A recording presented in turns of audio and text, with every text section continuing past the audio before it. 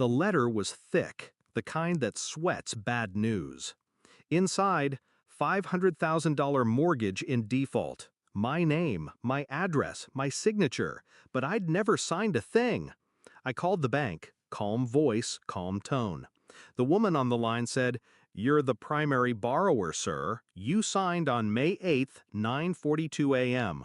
I remember that morning. I was on a plane to Tokyo. That night, I drove straight to my parents' house, the same house where I was raised to believe family means trust, loyalty, sacrifice. Now, the lights glowed warm behind the curtains like a stage set. Inside, my sister laughed over wine. My mother stirred pasta. Dad watched TV like guilt didn't itch under his skin. I didn't speak, not yet. Growing up, I was the quiet one, the reliable one. They praised me when I paid my way through college, when I fixed their roof, when I gave my sister $10K just until she got back on her feet. She never got up, just got used to the view from below. For years, they took, and I gave, because that's what love looks like when you're desperate to earn it. But this wasn't just betrayal. It was identity theft in a family photo frame. I pulled every bank statement, every document with my forged signature.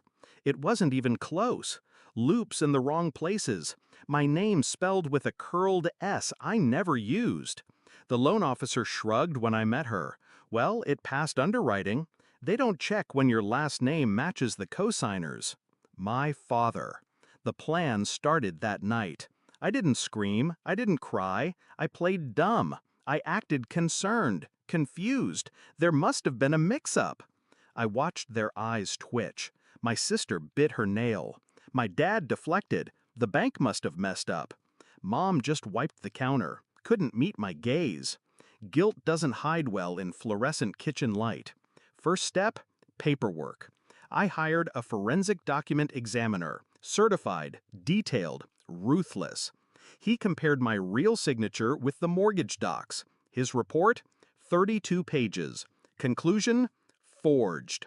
Second, I pulled airport security footage from May 8th, time-stamped, dated, me boarding a plane 12 hours before the fraud. Third, I traced the notary. She worked in a strip mall near my parents' neighborhood. Said she didn't remember me signing, but remembers Mr. Thomas, my dad, being there. Got it in writing. Then I filed the police report. Identity theft, wire fraud, forgery. They thought blood made them untouchable. But law doesn't care about last names. Court day came 6 months later. My sister showed up in heels too high and morals too low. My parents sat behind her, stone-faced, still pretending. I walked in with facts. My attorney laid it out like a scalpel on bone. Airport footage, signature analysis, notary testimony. My sister's face dropped first. Then Dad's fingers started twitching. Mom looked at the floor like the truth was buried in the carpet. Then came the judge's question. Why would your family forge your signature to buy a home? I answered without blinking. Because they assumed I'd clean it up, like I always do. Silence. One that echoed like a dropped glass. The ruling? Mortgage declared fraudulent. Debt erased. Criminal charges pending investigation. Civil suit for damages. Approved. $50,000 in emotional distress. $20,000 in legal fees. Public record sealed but accessible for any future lender or employer they encounter. But that wasn't the part that made their faces go pale. No, that came after. When I stood outside the courtroom and my sister tried to grab my arm. "You ruined everything!" I turned to her, quiet, cold. No, I ended it.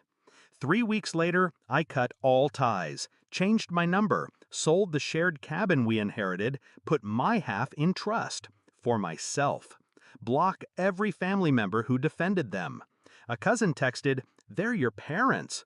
I replied, "No, they're people who used to be." It took time to rebuild. Credit alerts, financial monitoring, therapy even. But I never looked back. Because I realized something. Family doesn't mean unconditional forgiveness. It means accountability.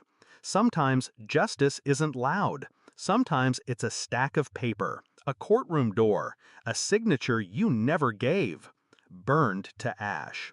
And sometimes the most powerful thing you can do is say no and never look back.